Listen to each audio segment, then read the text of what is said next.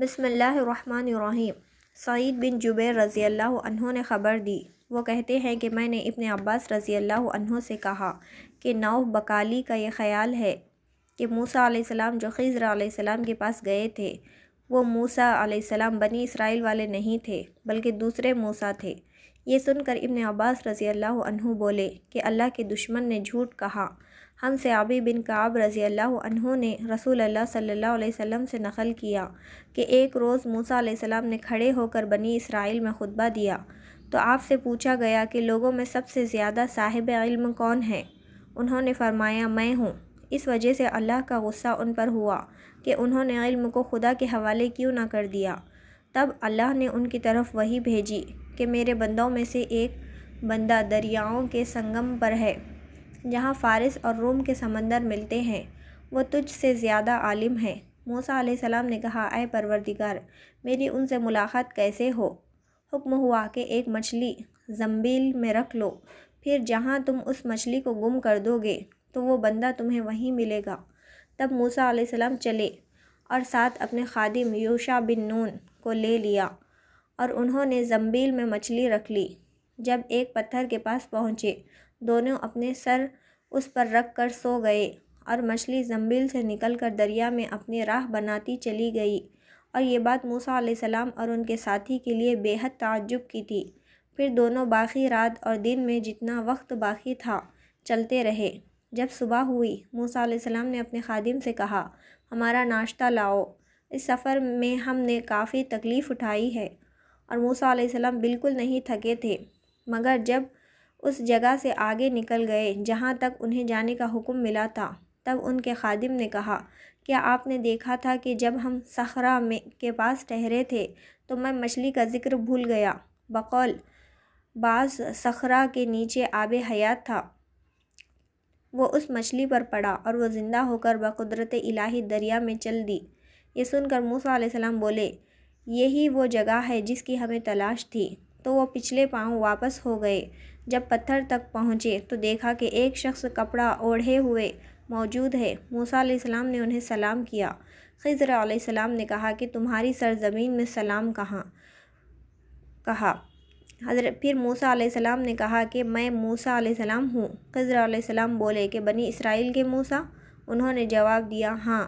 پھر کہا کیا میں آپ کے ساتھ چل سکتا ہوں تاکہ آپ مجھے ہدایت کی وہ باتیں بتلائیں جو اللہ نے خاص آپ ہی کو سکھائی ہے؟ خضر علیہ السلام بولے تم میرے ساتھ صبر نہیں کر سکو گے۔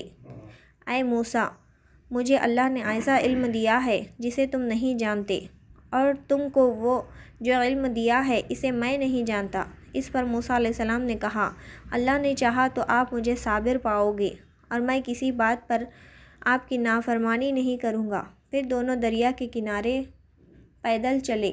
ان کے پاس کوئی کشتی نہ تھی کہ ایک کشتی ان کے سامنے سے گزری تو کشتی والوں سے انہوں نے کہا کہ ہمیں بٹھا لو۔ خضر علیہ السلام کو انہوں نے پہچان لیا اور بغیر کرائے کے سوار کر لیا۔ اتنے میں ایک چڑیا آئی اور کشتی کے کنارے پر بیٹھ گئی۔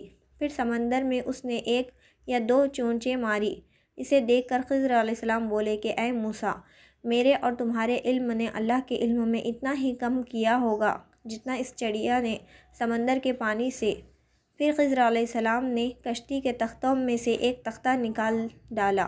موسیٰ علیہ السلام نے کہا ان لوگوں نے تو ہمیں کرائے لیے بغیر مفت میں سوار کیا، اور آپ نے ان کی کشتی کی لکڑی اکھاڑ ڈالی تاکہ یہ ڈوب جائیں۔ خضر علیہ السلام بولے کہ کیا میں نے نہیں کہا تھا کہ تم میرے ساتھ صبر نہیں کر سکو گے؟ اس پر موسیٰ علیہ السلام نے جواب دیا میری بھول پر میری گرفت نہ کرو۔ موسیٰ علیہ السلام نے بھول کر یہ پہلا اعتراض کیا تھا۔ پھر دونوں چلے۔ کشتی سے اتر کر ایک لڑکا بچوں کے ساتھ کھیل رہا تھا۔ خضر علیہ السلام نے اوپر سے اس کا سر پکڑ کر ہاتھ سے اسے الگ کر دیا۔ موسیٰ علیہ السلام بول پڑے کہ آپ نے ایک بے گناہ بچے کو بغیر کسی جانی حق کے مار ڈالا، غضب ہو گیا۔ خضر علیہ السلام بولے کہ میں نے تم سے نہیں کہا تھا کہ تم میرے ساتھ صبر نہیں کر سکو گے؟ ابن عیینہ کہتے ہیں کہ اس کلام میں پہلے سے زیادہ تاکید ہے، کیونکہ پہلے کلام میں صرف لکا نہیں تھا کہا گیا تھا، اس میں لکا زائد کیا جس سے تاکید ظاہر ہے۔ پھر دونوں چلتے رہے حتیٰ کہ ایک گاؤں والوں کے پاس آئے۔ ان سے کھانا لینا چاہا، انہوں نے کھانا کھلانے سے انکار کر دیا۔ انہوں نے وہیں دیکھا کہ ایک دیوار اسی گاؤں میں گرنے کے قریب تھی۔ خضر علیہ السلام نے اپنے ہاتھ کے اشارے سے اسے سیدھا کر دیا۔ موسیٰ علیہ السلام بول پڑے کہ اب اگر آپ چاہتے تو گاؤں والوں سے اس کام کی مزدوری لے سکتے تھے۔ خضر علیہ السلام نے کہا، بس اب ہم اور تم میں جدائی کا وقت آ گیا ہے۔ جناب محبوب کبریا رسول اللہ صلی اللہ علیہ وسلم فرماتے ہیں کہ اللہ موسیٰ علیہ السلام پر رحم کرے۔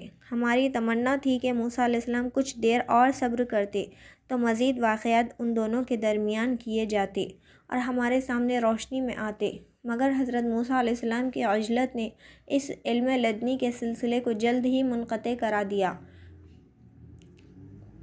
محمد بن یوسف کہتے ہیں کہ ہم سے علی بن خشرم نے یہ حدیث بیان کی، ان سے سفیان بن عیینہ نے پوری کی پوری بیان کر دی۔ صحیح بخاری حدیث نمبر 122۔